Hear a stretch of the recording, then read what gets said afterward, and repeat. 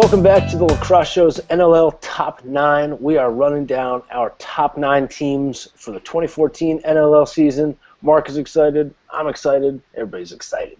All right. So we got Philadelphia at number 9. We got Vancouver at number 8. Still an audacious pick. But we'll let that go. Now we're on to number 7. We're hitting up the Toronto Rock.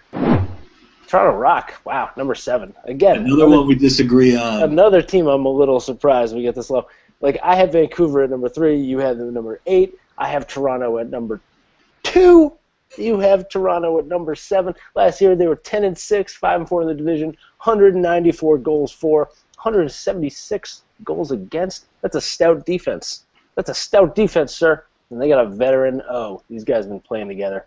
Justify my love. Tell me how you have them at number 7. Madonna reference. Astute. I love it.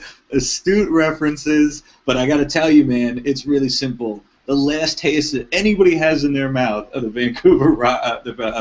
the Toronto Rock is their horrible first-round loss to the Minnesota Swarm. Accordingly, their coach. It was bad. It was really bad. It was 2011, even worse. Yeah, right.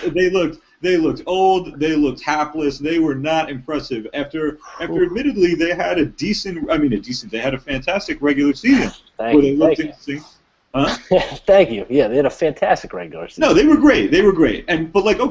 So they had a fantastic regular season. Troy Cordingley is the freaking coach of the year.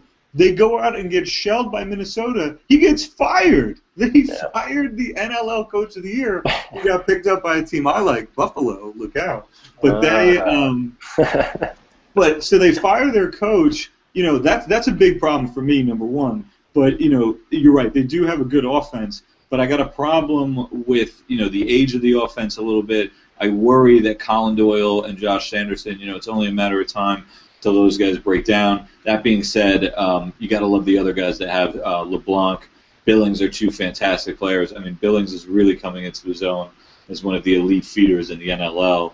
So I think that's a strong point for them. I worry a little bit about their transition. Jesse Gamble's a good player, but they don't have like a marquee transition guy. You know, they don't have a Thompson, a Stainhouse, a Shatler, one of those guys that can really make those moves for them. At least we haven't seen it. You know, real Jim Veltman. That's what they need with a little more offense. You know, something like that. I don't see them having that guy just yet. Maybe Kyle Belton, another guy that filled that role for them last year. That's a place where they struggle. They're certainly solid in the half field, whether that's offense, pretty solid on defense with Merrill, Chapman back there. That's a good place for them. But in the transition, I think that's a slow point, and that's going to be a problem with the shorter bench and a transition-oriented league. That's why I have them so low.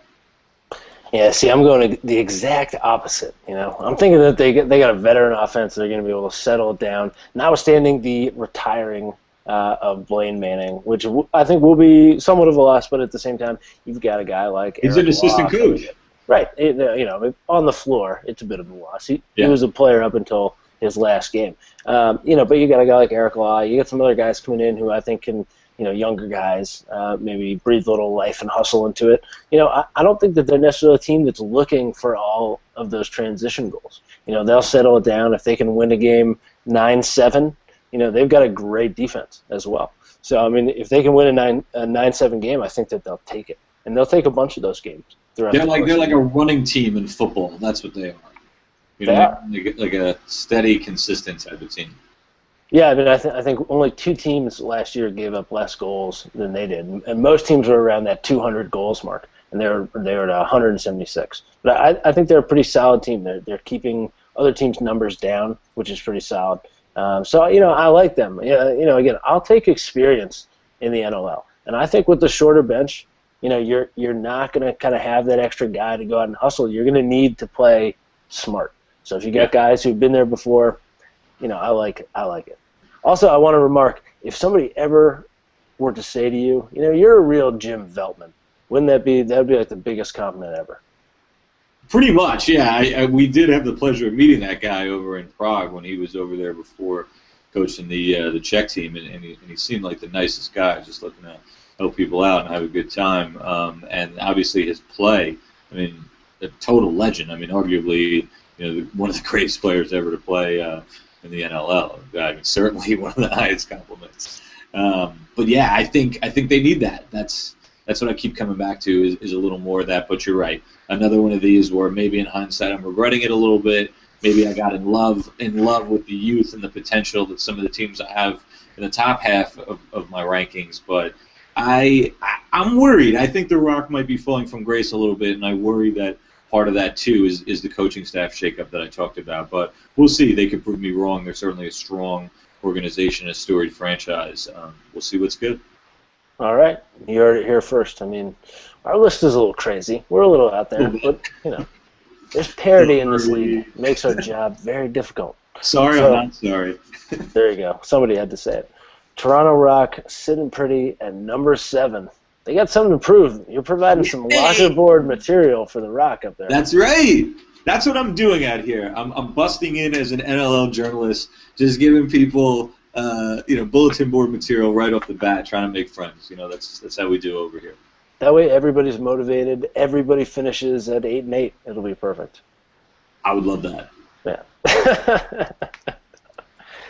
All right, we'll be back tomorrow with number 6, and that means we are less than a week away from the first day of the NLL season.